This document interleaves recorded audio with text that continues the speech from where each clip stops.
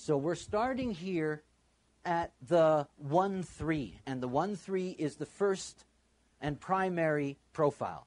If it wasn't for the 1-3s, we'd have no place to start. So we might as well have them around, eh? There's something actually very beautiful about it because it really sets the story. So let's talk about, first of all, what a first line is.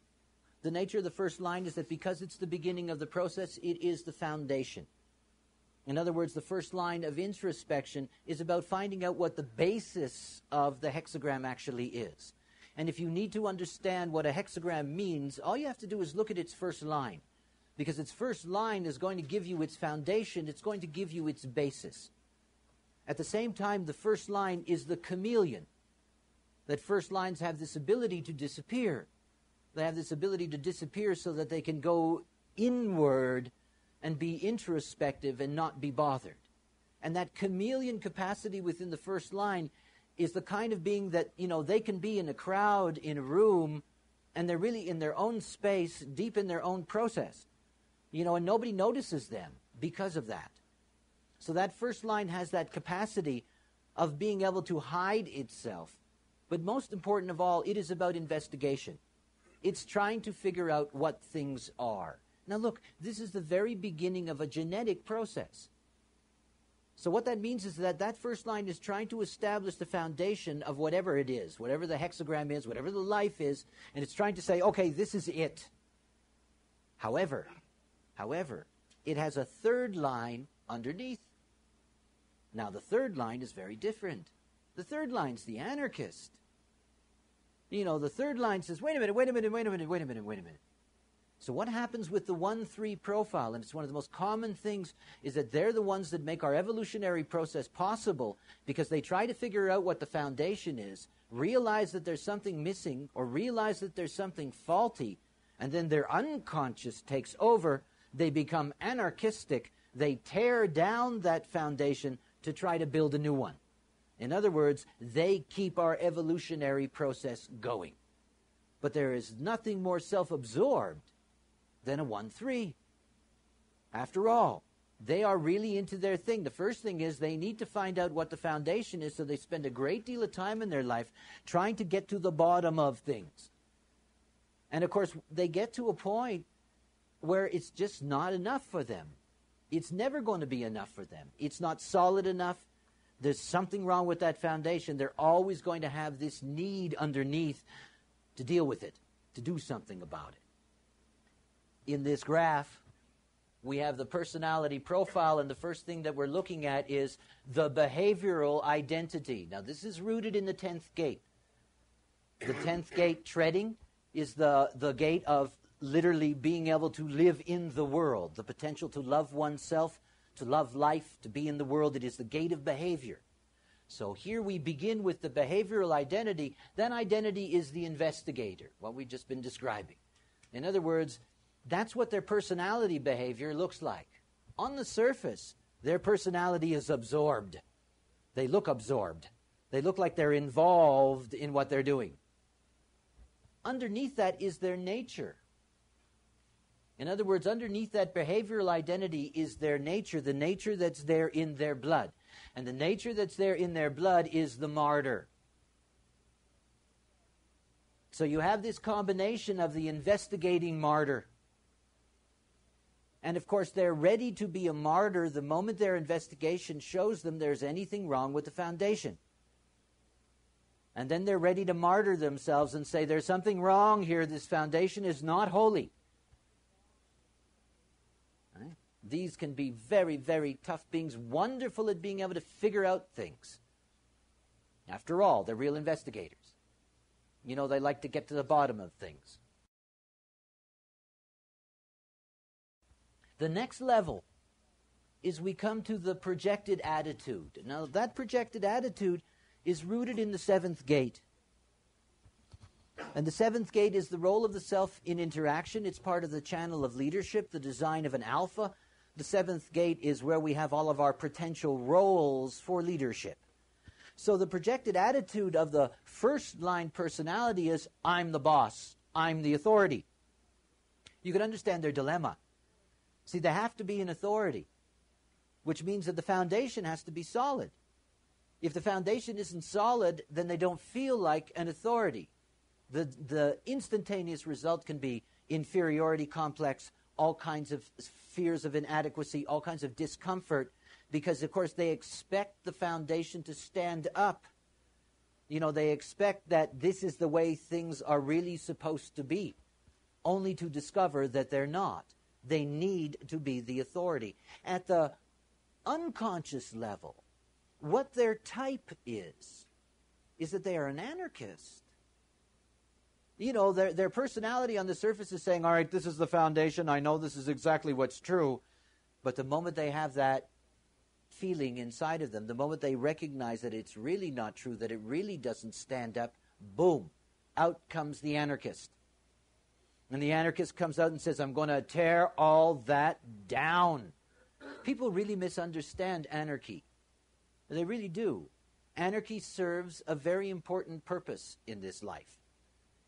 What the anarchist does is that the anarchist is able to recognize what does not work. That's all. They don't know what can replace it.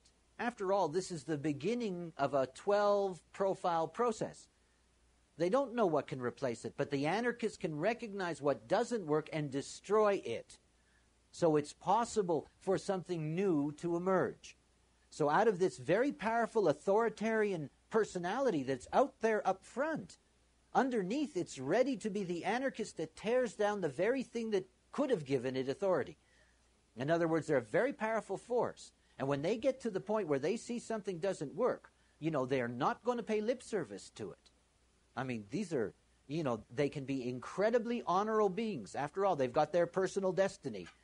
And for them, that personal destiny means I've got to find a foundation that's solid in order for me to be at peace. The next stage in this is the personality profile, the limited perspective. Now, this is coming from the 13th gate, the fellowship of man. This is a gate of direction. It is part of the channel of the prodigal. It is a place of listening. It is a place of memory. Now, that limited perspective is empathy. Now, it's limited. It's important to realize that's always a condition of that place in the personality. This is a limited perspective. They are empathic to a point. To a point. That's their personality. They're empathic to that point because they would like to know if somebody knows something about the foundation that they don't. They will have empathy in that. They will be open to that to a certain point. But that's all. When you get to the unconscious level and you get to the memory, the reason for that is that they're driven by pessimism. There's nothing more pessimistic than the third line. And of course, what happens to them is that the moment that there's anything wrong with the foundation, that pessimism gets to be a very, very heavy thing. They look at everything from that point on with a jaundiced eye. They look at it and they say, well, yeah, I don't know. You see, the moment that a 1-3 finds out that daddy isn't the strongest and mama isn't the sweetest, oh boy, out comes that anarchist. They are immediately disappointed. It means that that foundation that they thought was something that was going to be reliable, that foundation starts falling apart. And then, of course, the anarchist comes out. And I mean, the moment the anarchist comes out, you've got the zealot, That anarchist will really try to sweep things clean, and they can become very, very pessimistic about the way in which the world operates.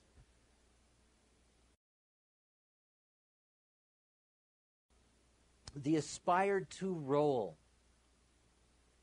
This is the first gate, and the first gate is the need for expression. It's part of the channel of the creative role model. It's about the individual's need to express its uniqueness and its unique direction. So the aspired to role of the first line is creativity. In other words, again, not seeing things in just their black and white, but the moment that you find that the foundation doesn't work, there's some really creative and artful things that can happen.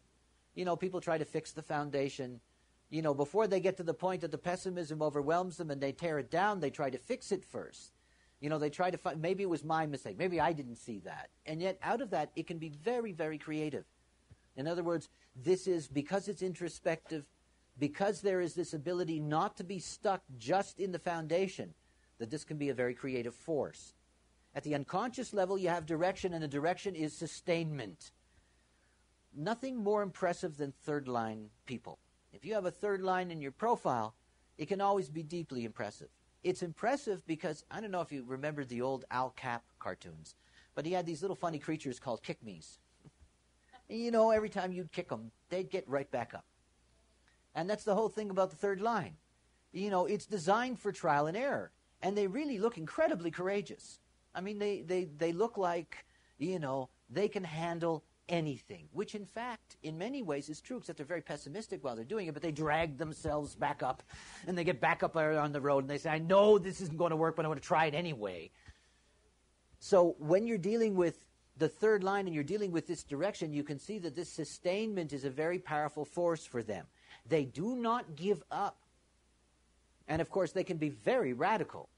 I mean, they won't give up in trying to fulfill the anarchy if it's necessary either. They really will stay with it. And remember that these are not beings that are going to be deeply influenced by others. They're not. I mean, they're going to be influenced in the ordinary way that we understand it through design, through conditioning. But in terms of where they're going in this life, this is a very powerful personal destiny. They have to get there.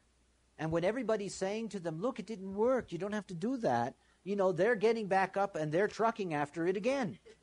You know, and everybody's sort of shaking their head saying, well, that's really admirable. You know, they can really stay with it. That's what they do.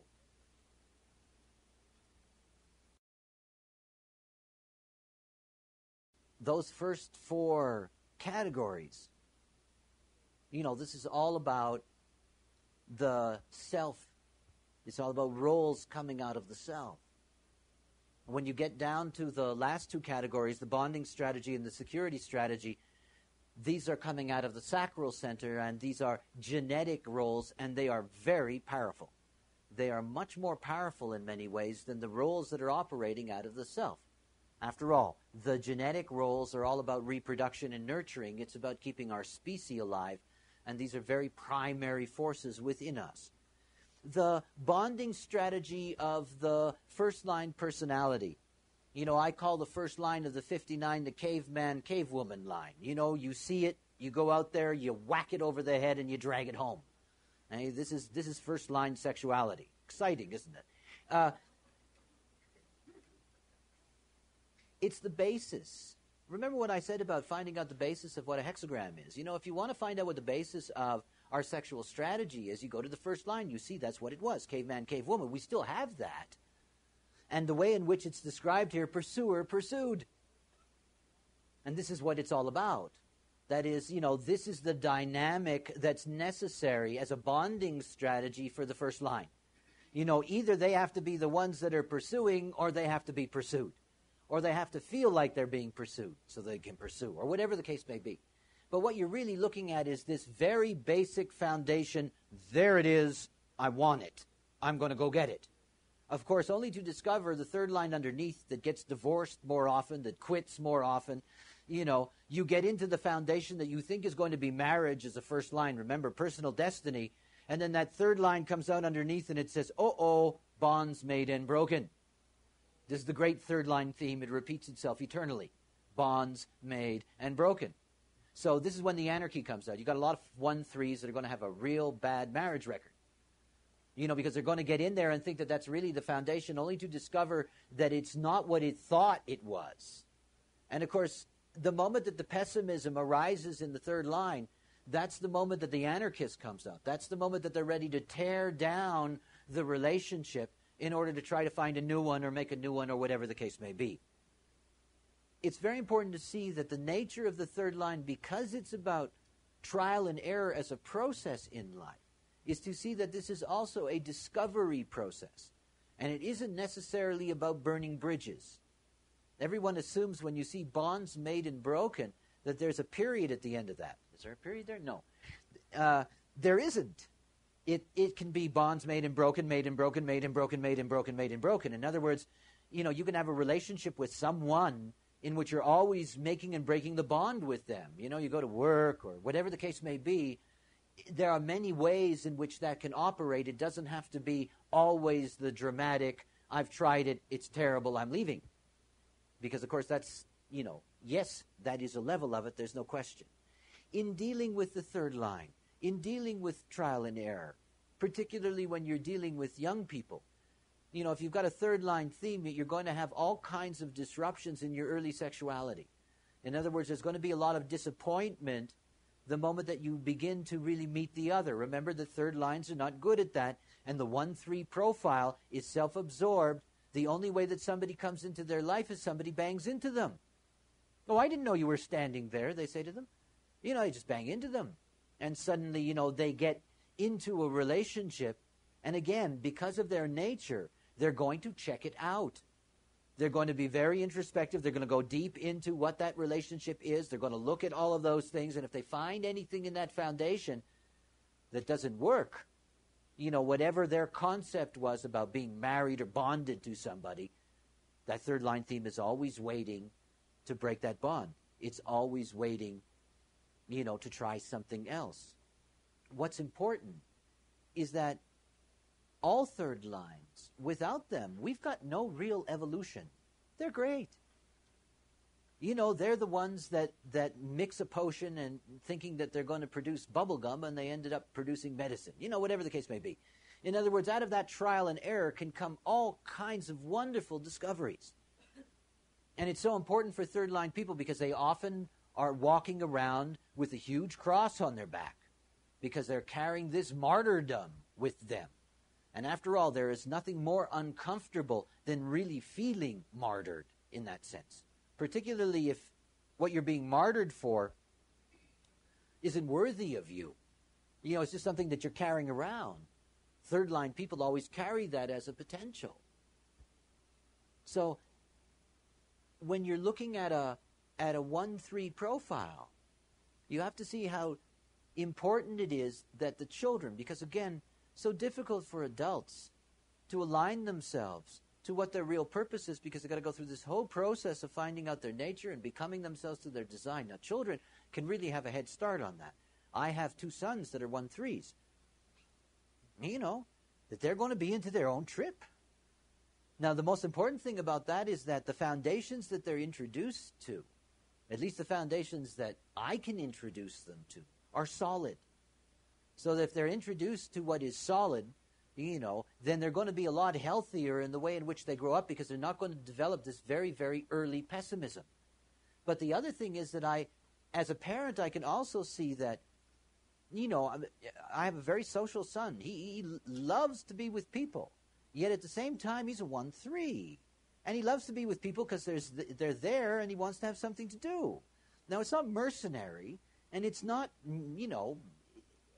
It's not something deep inside he's using or whatever. It's just his nature, to take advantage of whatever is there for his own purposes. If you don't understand that, you try to condition them away from that. You try to, tell them that that's not nice and blah, blah, blah, and all of these things. Of course, you begin to destroy them. That 1-3 has a very self-absorbed path that they have to go through in life, and they need to be introduced early in life to things that are solid. And also for them to be encouraged to see things when they don't work. And not just to accept the foundation. Because then you end up with all kinds of suppressed anger. It's important for them to be able to say to you, I thought, and you didn't. And you say, yeah, that's true. So that they don't end up being really disappointed about the nature of the other. Remember that a 1-3 doesn't know there's anybody out there for them. If you're a 1-3 teenager, there's a part of you, no matter how many people are around you in your life, you don't think that anybody is really there for you. Because you don't know. And that everything about being third line in nature means that you're always going to meet people through them banging into you. I mean, it's the only way that they can come legitimately into your life. They have to bump into you. You can't go looking for them. It isn't going to work. It doesn't matter where your third line is. It doesn't matter if you're a 3-5 or you're a 6-3 or a 1-3. It doesn't matter. The people that are really going to be important for you in your life, they're going to bump into you. They're going to come out of nowhere because that's how it works. And this is the beauty for the 1-3 to understand they don't have to go looking, which is very helpful for them because they can be involved in, doing their foundation work and getting deep into their process.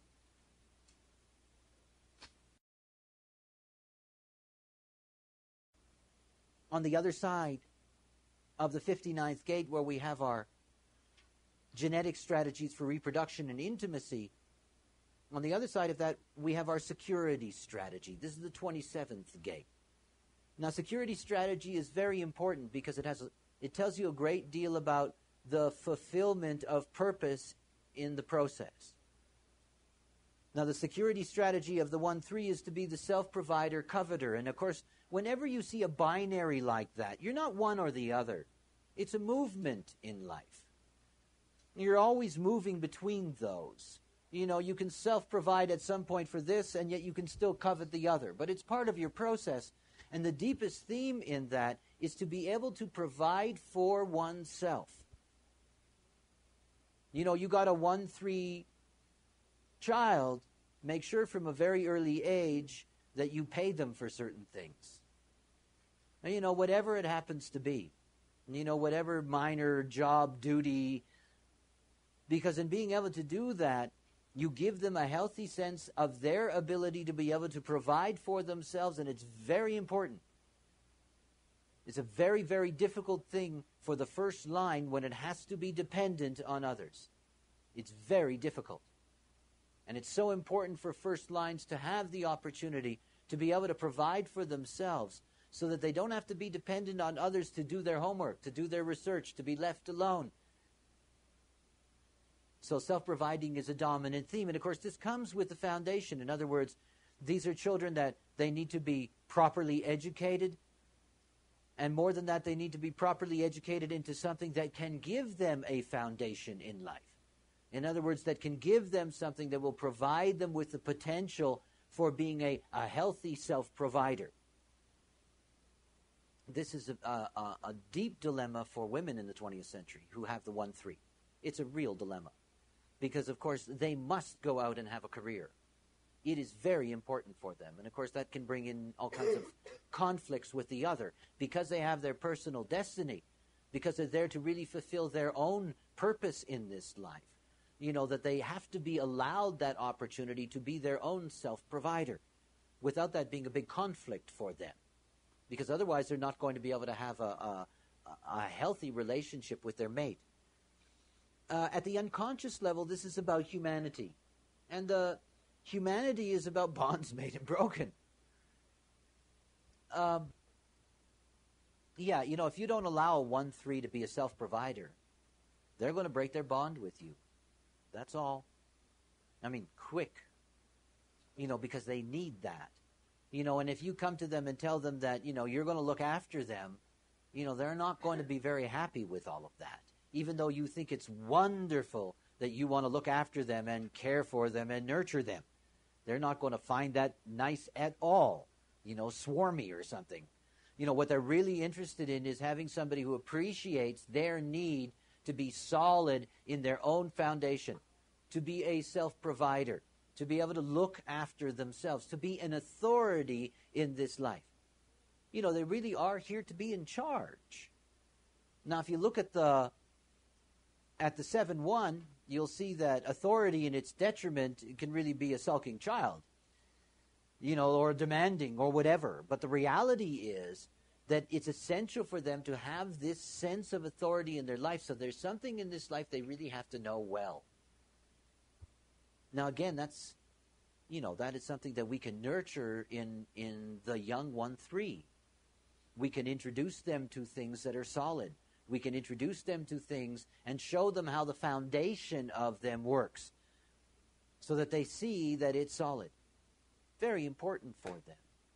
And also to appreciate that if you have a child that's a 1-3, you have to recognize that they're also going to be, moving from one thing to the other. It's not like they're going to be staying with one thing very long. They have to go through their third line process. They have to go through their trial and error. And the things that are going to stimulate them in this life are going to come to them from the outside. After all, they don't know it's there, so it's going to bump into them. So they will try to get into something, see that it doesn't work, get out of it. Now, the longer we stay on the planet, the easier it gets, and we all know that.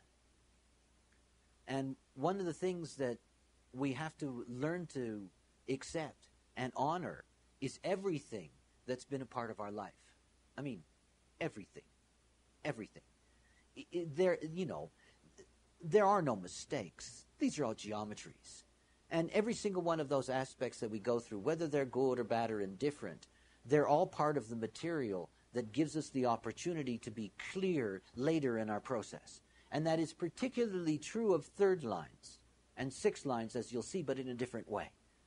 But for the third line, it's absolutely a basic dynamic in their life, that they have to learn to see that the potential for pessimism in them can be deeply, deeply disturbing. It can really eat them up. And out of that, they can miss so many possibilities in their life to see what could be there for them. It's important for them to see that trial and error, that breaking bonds is a natural part of their process, that it is not unhealthy, and that if you're living out your design and you're entering into things correctly according to your type, there isn't any trial and error that isn't valid. They're all valid. And no reason then to be overwhelmed by the pessimism. The 1-3 profile begins our process. It's the start of our evolutionary dynamic. It is the beginning of that hexagram. It's the beginning of that cross theme. Yet at the same time, there is a movement. Now, in describing the movement as I will, going all the way through till we get to the top, though there is an obvious progression through all of that, I don't want anybody to get into a trip of thinking that if you're at the top of the profile, you're in a better place than somebody that's at the bottom. Because it's a natural human tendency, you know. I'm more developed than you are. I'm an old soul, you know. I mean, yeah. No, it's not about that. All of them are connected to each other. Every single one of those aspects demands its relationship with the other, demands its relationship with the whole. So it's not about saying, okay, he's a 1-3, he's way down there, you know. I'm a 5-1, I'm way up there. Don't get into that. I always love that when people say to me, geez, that's a tough design. And I think, what did they see? You know? I mean, what did they see exactly that makes it tough? I mean, they're all the same. I mean, they're just designs. You know, there's no good ones, there's no bad ones. So don't get caught up in thinking, oh my God, I'm a 1-3. You know, I'm going to have to die and come back at least another 40 times before I get up there to the top. Eh? It's okay. Each one stands on its own. What you'll notice is that there is a dramatic movement, as you'll see. That is, here you can see that the personality will repeat itself, and underneath, the designs will move. So you always have this shifting that's going on all the time. So everything is interconnected to everything else. So the moment that you have the sun in a first line, then you can only have either a third line unconscious or a fourth line unconscious. In other words, there's no other possibility. So if you look at your sun and it's in the first line, you're either going to have a 1-3 as your profile or you're going to have a 1-4. Now look. So here you can see the full cross, the 41-1, 26-1, that's the Sun-Earth. And then the design Sun in the third line and the design Earth in the third line. So here's a 1-3 profile.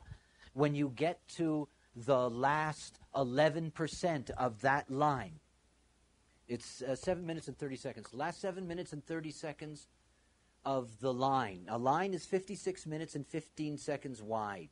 A single line of arc. So in the last 7 minutes and 30 seconds of that line, that's where you have this transition. And what happens is, because of the 88 degrees, it stays a first-line personality, but the unconscious shifts from the third to the fourth line. So what that means is that if you look at that hexagram as a whole, 1-4s represent 86% of it. In other words, there's going to be many, many, many more, 1-3s than there are going to be 1-4s, because it's a smaller section of that line. So what you're going to find is whenever you look at a profile that's a harmony, the 1-4, the 4-1, the 2-5, the 5-2, the 3-6, the 6-3, whenever you're looking at harmony crosses, these are the changing crosses. They are the ones that are part of this last 7 minutes, and there's always less of them in the population. Always. So, for example, we had what? We had 4 1-3s. Are there any 1-4s? See what I mean?